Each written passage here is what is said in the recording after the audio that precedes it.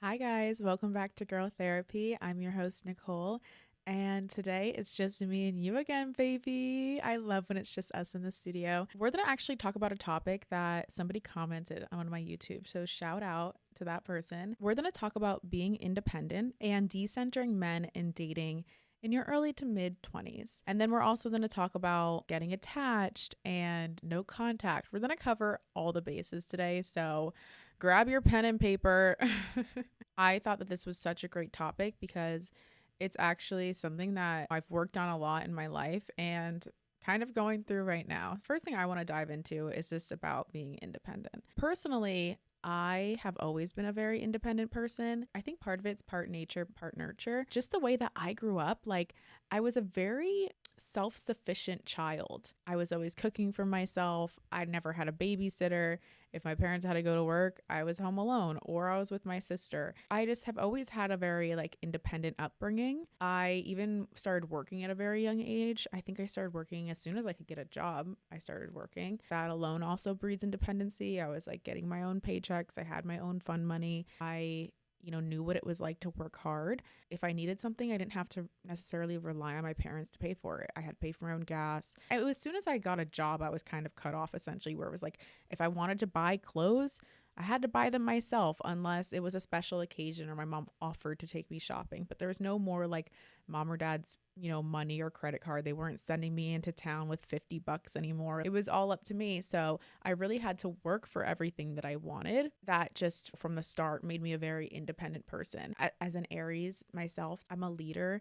I go after things that I want. Even if I want to go to the movies or if I want to go to a restaurant or something, I'm just going to go. If nobody wants to go with me, I'm just going to go. I've never been afraid to go into a store alone. I've never been afraid to do things alone. If I want to go on a hike, I'll go alone. I've naturally always had that mindset where it's I can't rely on other people to want to do things with me. I can't rely on other people to make life happen for me. I've never been the type to wait around for someone to do something. To a point, sometimes I think maybe that's bad. I'm am I really hyper independent? It's because I've always provided for myself and done things for myself. Now that I'm thinking about it, it's really difficult for me to ask for help. A lot of the times I know that I can figure it out myself and I know that I could do it myself. Would it be easier if I asked somebody else? Sure. But I've just always never wanted to rely on somebody else. It's really hard for me to trust that somebody else will be able to get things done as I want them to be done. Being independent is just trusting yourself, trusting that you can get things done, trusting that you can provide yourself everything that you desire in this world. And I don't just mean financially, I also mean emotionally. I've realized that nobody is responsible for my feelings. It is up to me to take care of my mental health, and it is up to me to check in with myself. And I'm actually really proud of myself for being as independent as I am. I was able to move multiple times all by myself.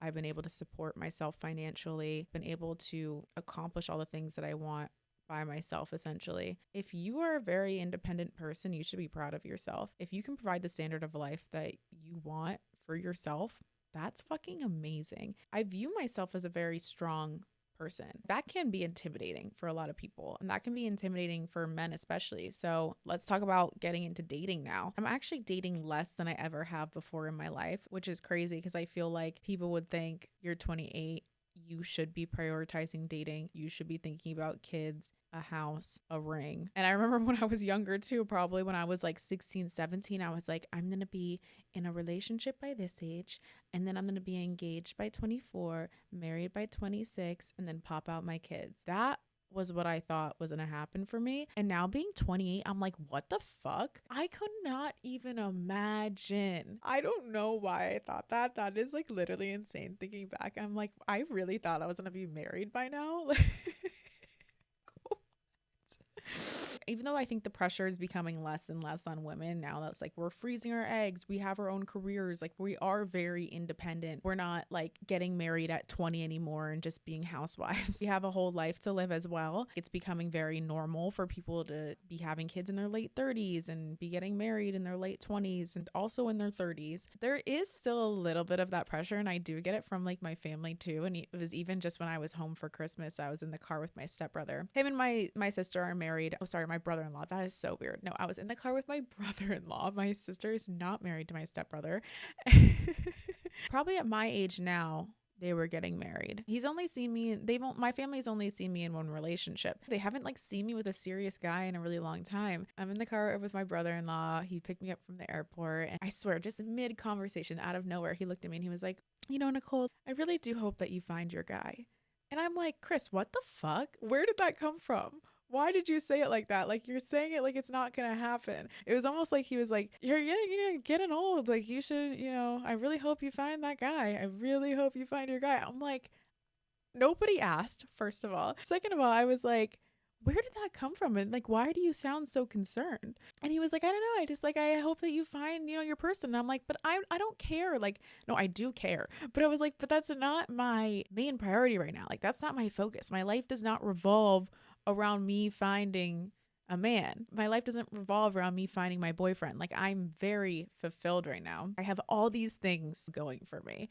Just moved to Miami. I have a career. I live in a great city. Like, I have so many projects that I'm working on. And all he could say was, I really hope that you find your guy.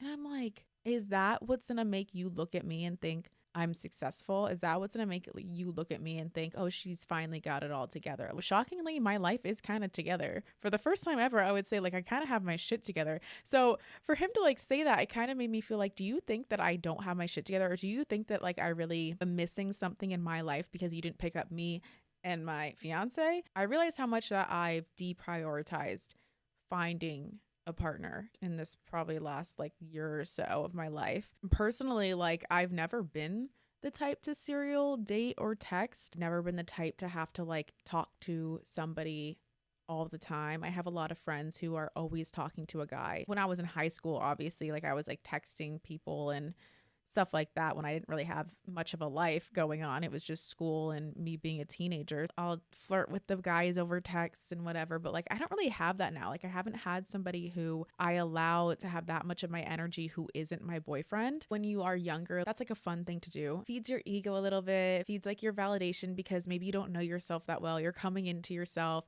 You're starting to, figure out the things that you like and who you are. And it's just fun when you're younger. I think when you're a little bit older and you're in your mid 20s, if you're constantly texting guys, you constantly feel like you need to be talking to somebody, that's a problem. I think that texting somebody that you're not serious with, or just like constantly feeling the need to talk to somebody, is a form of an insecure attachment. It also is like a little bit of needing that validation from somebody constantly. I think when you get older and more secure in yourself and you figure out who you are, you shouldn't feel the need to text so many people who, one, don't really know you. Like, people who just meet off of dating apps and then are texting these people every single day and they haven't even met them yet. It's a little bit like, what are you gaining from me? Because you don't really know me as a person and I don't really know you as a person. So this is an energy exchange. And what are we doing here? If we're just talking every single day, why are we doing this? Am I filling your time? Are you bored? Do you need the validation? Like, talking to guys all the time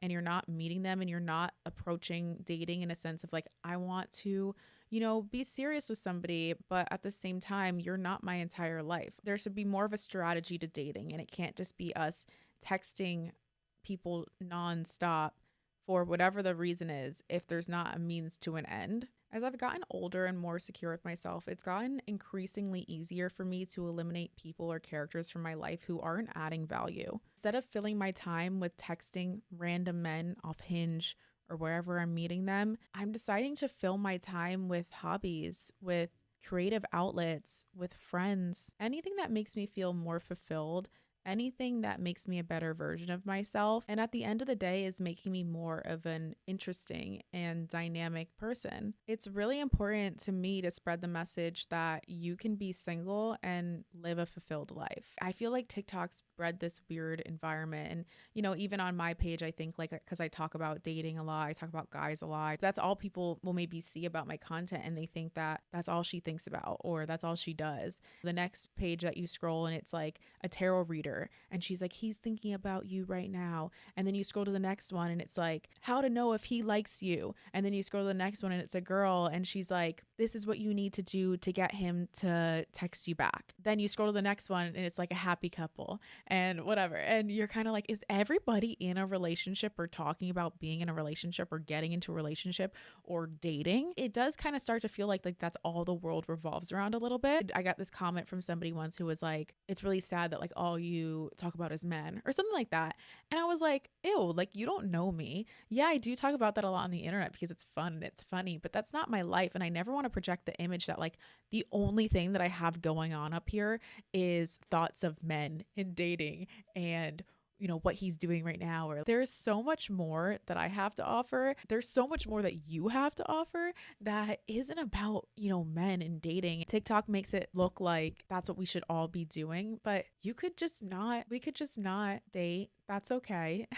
It's okay to not be looking for somebody. And I even said this to like my brother-in-law. I'm like, I'm not really dating right now. Like that's not my main focus and I'm okay with that and I'm making that a conscious choice. And I mean, that should be a good thing and that shouldn't be like a weird thing. I believe that it's going to happen for me regardless. There's no reason for me to chase after something that I want to find its way to me. Like I want to be such a happy and fulfilled person by myself, and then my partner will come in at the right time. So I personally don't know somebody who is in a really healthy and successful relationship who previous to that didn't have a really happy, full life. I think about all my friends who are in relationships and all of them were not really looking for it when it found them. None of them were serial dating. None of them were trying to force something. All of my friends who are in really happy, healthy relationships are great people who live amazing lives, who attracted the perfect partner for them when both of them were ready. And it's why they've all been in really successful relationships.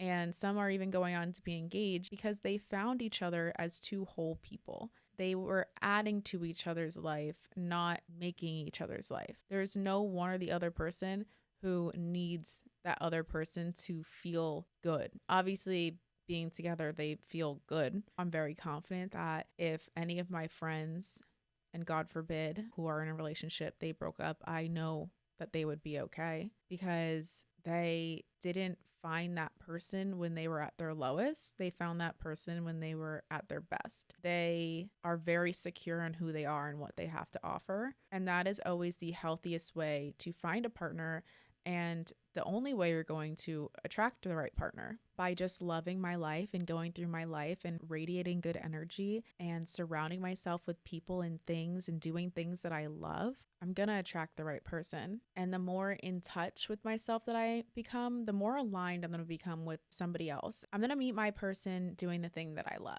if that makes sense. Like, I don't think I'm going to meet my person in a club because I don't love a club. And that's not me honoring my truth. If I'm at a club and I meet you, unless you hate your life and you're there too, we're probably not life partners, because at this point, I don't think I could date somebody who loves going out and partying. That's just not who I am, and we're going to have problems. The way that I'm going to find my right person and attract the right person is by doing the things that make me happiest. That's kind of like all I have to say about that, about decentering men. It's like you should just be living your life. When they come along, they come along. But whenever you look for something, you can't find it. And I know that to be true, because how many times have you lost a piece of jewelry and you look for it, you can't find it, and then one day you randomly pops up. That's how I think it's going to be when I find my man. As soon as I find that person, I'm going to know immediately. In your early 20s, when you're like talking, but it's like, are we really gonna get married? Like, are we really, like, I'm 28 years old, so the person that I'm with next is like probably gonna be the person that I end up marrying, hopefully. I'm not gonna put that pressure on it, but I'm not wasting my time dating somebody at this point who I don't think could be my forever partner. I'm not going to involve myself in relationships that aren't serving me or bettering my life or making my life easier. I'm not gonna stick around in anything like that. I'm so happy in my life and I have so many things going on. I don't need to just fill the void. Like, I don't have any gaps in my life to fill. Like, I'm not keeping people around just to have people around. I'm not collecting bodies. Like, I don't feel the need to just have people around to have them around. This kind of leads me to like attachment. I think that if you are providing for yourself emotionally, financially, and you are filling your life with so many things that make you happy, whether it be friends, sports, hobbies, whatever it is, I don't think you would even be able to get attached to somebody who isn't bettering your life. I'm not going to say like I'm not immune to getting attached. I think we're all human. I'm going to get attached. If you are sharing time and physical intimacy with somebody and you have like an emotional bond as well, chances are you're going to get attached, you know? I want to make it clear that there's nothing wrong with getting attached. Same on TikTok and all these videos that surface on the internet were like, how to not get attached, how to whatever. And it's like, can we talk about how it's okay to get attached? I don't think that that's a bad thing. What makes it a bad thing is when you get attached to the wrong person or you don't have a secure attachment style. I think it's a good quality to have. I would hate if I just like never had deep enough feelings for somebody to not get attached. That would make me feel a little bit soulless. Like I would rather be attached than not. What is so important is having a healthy attachment style and having a healthy relationship with yourself, because like we were just talking about before, I think when you have a healthy relationship with yourself, probably going to have a healthy attachment style. All the times that I have felt an attachment to somebody or gotten anxiously attached to somebody were times where I felt I was lacking. I didn't have, a good sense of self-worth. I didn't have a sense of purpose. I was lost in a lot of areas in my life. Maybe I didn't feel so good about my body, or maybe I didn't feel so good about something that was going on in my life where I needed that quick validation, where I would attach onto somebody who gave me that quick sense of validation or made me feel like, okay, well, if they're talking to me, or I can get a response out of them, or I sleep with them or whatever, maybe I'll feel a little bit better. And then maybe that'll help me feel better overall in general. And then when you start doing that, you start attaching to the wrong person. Then you start putting all your self-worth and your validation, and you start putting all your insecurities on this one person. Like you latch on to that person. Then it gets even worse when they are not treating you properly, or maybe not the right person for you. Now you're attached to somebody who isn't better in your life. And now it's like, if they don't want you, if they don't sleep with you, if they don't text you, if they don't, swipe up on your story, then it's like, oh my God, now I'm really going to have a mental breakdown. Now I really don't feel good about myself, because I was putting all my self-worth, everything onto this other person. I was projecting that onto that person, relying on them to feed that part of me that like I needed, that I wasn't giving myself. And now I'm not getting it from them. Now I have an anxious attachment to that person. Now I'm running back to that person. Now I'm in a weird cycle because I need to get their validation so that I feel good about myself again. So it all comes down to really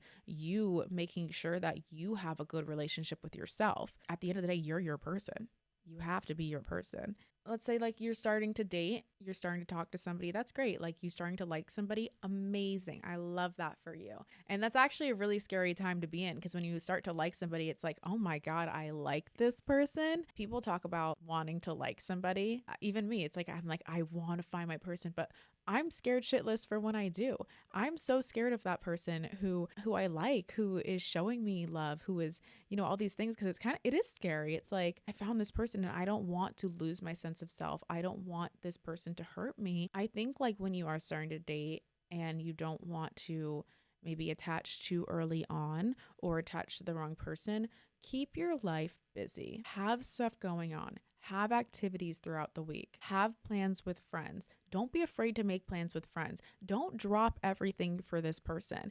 Because then you will have so much resentment. If you start dropping things for this person, if you start waiting around, if you're maybe like, oh, like I was going to go to dinner, but like maybe he'll text me, or I was going to go out with my friends, but like maybe he'll want to meet up later, or like, I was just about to go to the gym, but now he wants to go and do this. Like, don't put your life on hold for anybody else. You need to feel secure enough in yourself that you have more to offer than just being a convenience. If they text you and you're fucking busy or you have plans, go do those things and say to them, hey, like I would really love to see you, but I actually, have plans. How about we do something tomorrow? See how they respond. If you can't just be the only one working around their schedule, they have to work around your schedule as well. And the right person isn't going to be scared because you have to like push things to another day. And if they're like, okay, well, then you don't like me or you don't want to see me, then that's their problem. And then they have a bad attachment style, and you don't want to be with somebody like that either, because that is just triggering me. That just sounds like the most toxic thing, to be with somebody then who doesn't have a good sense of self-esteem, sense of self. By setting a boundary and by continuing to live your life, you're going to attract somebody who is also doing that.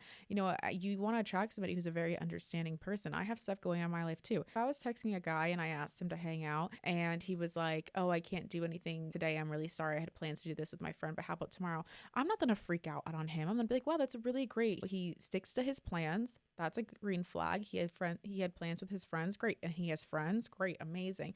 And he asked me if we could do something tomorrow. Like, if I were to freak out on him and be like, oh, that means that you don't like me or this or that, that's crazy. And then I would have to go back to the drawing board and work on myself. Don't ever put anything on hold for somebody else unless there is a ring on that finger and they need you for something. You should not be dropping anything for somebody else. They're not guaranteed. How mad at yourself are you going to be if you like missed out on, a night out or drinks or dinner because you wanted to see this guy, and then now looking back 3 months later, you guys aren't talking anymore. And you're like, why the fuck did I do that? You should always be your top priority. You should always be number one. Not prioritize men who you've never even met before or you've met only a few times, because that is just going to breed a really resentful relationship if that person then one day they don't put something aside for you.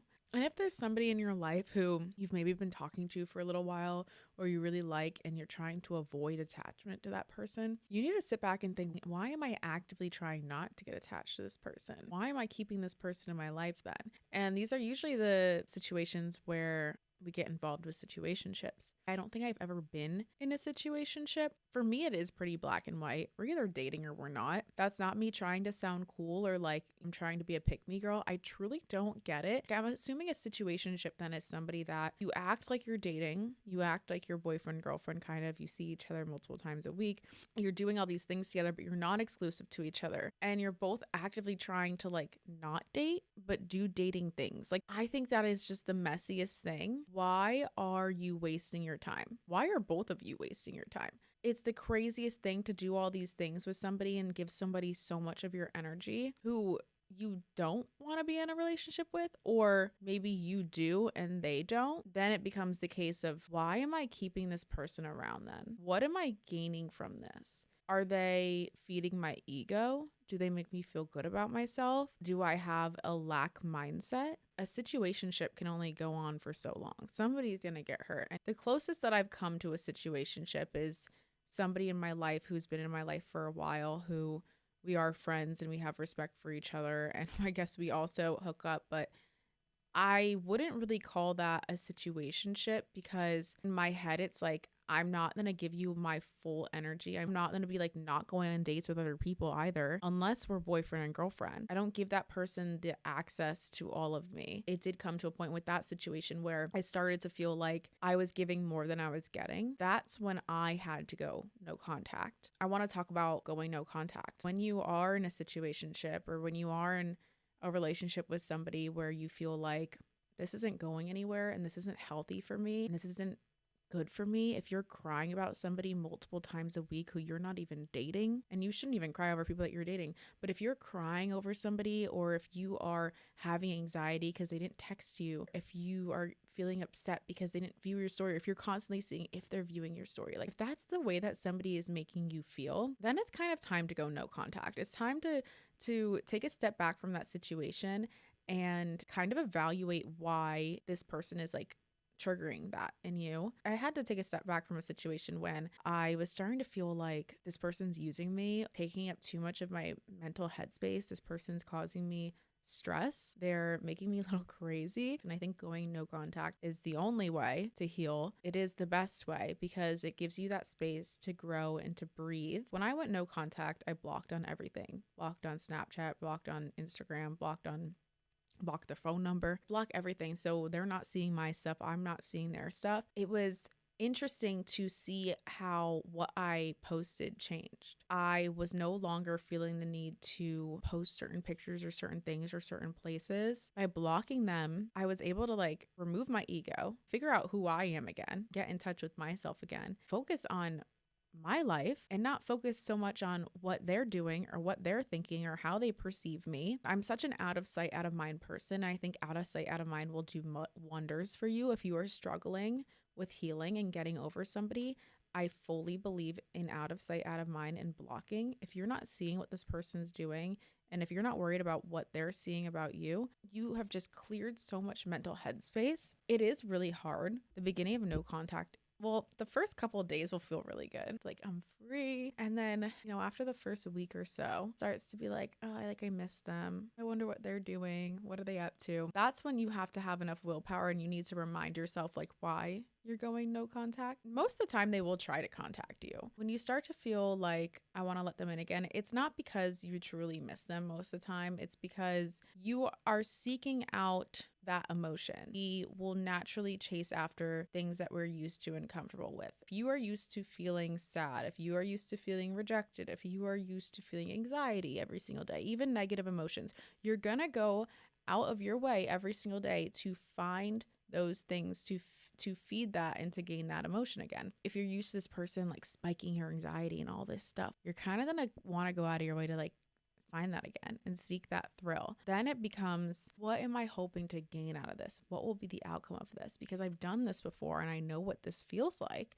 Do I want to feel like that again? So I think it's really important when you are going through this process of no contact to write down your reasons, write down your whys, write down how this person used to make you feel, and decide, I actually want better for myself this time around. And you have to actively make the decision to want better for yourself and to want to heal every single day. There was not a point in my healing process where I wasn't every single day doing something for the better good of myself. Every single day I have thought about texting him or thought about unblocking him. And I could have, but I didn't. What would that do? I've done that before, and I really want to put myself first. You have to have so much love for yourself when you're going through a healing process or no contact process. And then when you start to love yourself properly, you start to realize, I never needed this person. You start to figure out why it is that you attach to that person. When you spend enough time with yourself, there comes a point when, and this is a really good place to get to, and you're going to be like, wow, I can't believe I let them treat me like that. I can't believe I put up with that for so long. It's an aha moment that you have with yourself. I think in those moments, there were times when I beat myself up because I was like, oh my God, I can't believe I let that person treat me like that. But at the same time, it was like I was going through something. I was lacking something in my life at that point. I was latching onto that person. By eliminating them from my life, I was able to pinpoint exactly what it was that I felt like I was lacking. And I was able to be like, okay, now I can fix that. And I have fixed that. I've gotten to a point now where I know that I can walk away from this situation and I know that I don't need you. And then I think when you get to that point, and that's kind of at the point where I am now, more in control of the situation and more in tune with myself, where I was like, I don't need him when I don't need anybody. What is it that I want? That's a really powerful point in your life to be. To know that you don't need somebody, to know that you can give yourself everything you need emotionally, physically, but to want somebody, it's like a whole different energy. You have more control when you're in that position because you don't have a lack mindset. You have an abundance mindset. You realize that you don't need a single person to fulfill you. You're not going to accept somebody in your life who doesn't make you the best version of yourself and who doesn't add to your life. And in that case, it's impossible to put somebody on a pedestal. The only person who should be on a pedestal is you. I have given myself everything that I want. If there's something that I want, if there's something I desire, if there's a trip that I want to take, I give it to myself. And the more that you do that for yourself, the less you are to accept treatment that is below that. If I would go out at midnight to get myself that tub of Ben & Jerry's because I'm craving Ben & Jerry's, maybe it's raining out. I don't want to go through the rain, but I'm going to do it if I really want it. If my person wouldn't do that for me, I don't want them in my life. When you're in that point in your life, it's a privilege for somebody else to come in and have that honor. It's a privilege for that person to feel that you trust them enough to do something for you. You trust them to let go of a little bit of your independence. When you are such a self-sufficient person and you ask somebody for help, that's an honor. I'm not going to put anybody on a pedestal who isn't doing that for me. Can't put somebody else on a pedestal when you are giving yourself everything that you want. Don't be quick to put people on a pedestal. Everybody's going to be the best version of themselves in the first couple days, weeks, months, maybe that you know them. I think it'd be really weird if I met somebody, and it has been weird for me when I've met a few, guys who will immediately put me on a pedestal. and think like, oh, because I have a, some sort of following, or because I'm pretty, whatever it is, and they immediately put me on a pedestal. I'm like, don't make me feel like I'm too out of your league or too this or too that. I want us to feel like we're equals. I want this to be like an even exchange. I want this to be fair. It's kind of icky when somebody like puts you on a pedestal very soon, because I'm also kind of like, you don't know me, I'm those things, but I have a lot of shit going on. Like, are you gonna be able to like handle that stuff? Because it feels like maybe you're only clinging on to the good, but it's like I also come with some bad. If you're like putting me on a pedestal, that's also making me feel a little bit weird. How am I supposed to live up to that expectation? Putting somebody on a pedestal, or somebody else even putting you on a pedestal, is like a lot of weird unnecessary pressure. That pretty much just wraps it up today. We covered a lot of topics, so that was probably a lot to digest. Honestly, like I kind of blacked out. I love you girls so much. I hope you loved this episode. Please remember to leave a review, leave 5 stars, and come back next week. I love you all so much. Bye.